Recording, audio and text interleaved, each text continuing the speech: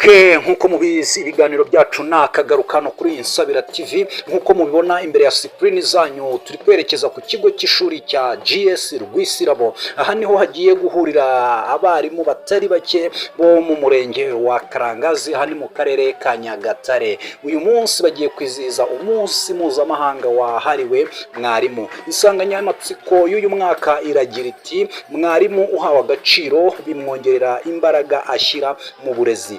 Reka rero mukomeze mukurikirane akantu ku kandi. Nkwibutsa ko niba ari ubwa mbere ugeze ku muyoboro wacu wa YouTube, icyo usabwa ni ukureba munsi ya video yawe ukareba ahantu handitse ijambo subscribe, ugakandaho ukemeza all notification kugira ngo tujye tubana mu biganiro byacu bitambuka hano kuri Insabira TV. Insabira TV rero tuba tuhabebereye gatanu kuri gatanu. Ngaho mukurikirane uko umunsi wagiye utegurwa mu nzego zigiye zitandukanye. Uyu munsi rero mbibutse yuko hari bwakirwe abayobozi bagiye batandukanye, harimo umuyobozi ushinzwe uburezi hano mu murenge, hakabamo n'abandi bayobozi b'ibigo byo mu murenge wa Karangazi, ndetse n'abarimu batari bake bagiye kuba bateraniye ahangaha bizihiza umunsi mpuzamahanga. Kora subscribe twikomereze turyoherwe n'ibirori bigiye kubera hano kuri GS Rwisirabo.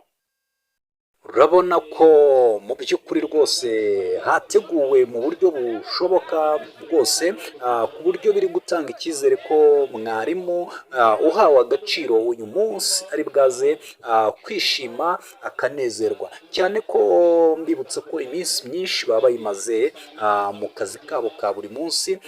Iki ni cyo gihe baba bagiye guhura bakaganira, bagasabana ndetse bakanasangira. Reka rero dukomeze dukurikirane akantu ku kandi uko ibi bintu bigiye kuba byifashe hano muri GS Rwisirabo. Bibutsa ko hahuriye abarimu benshi cyane rwose, ubona ko babyitabiriye kandi babukereye.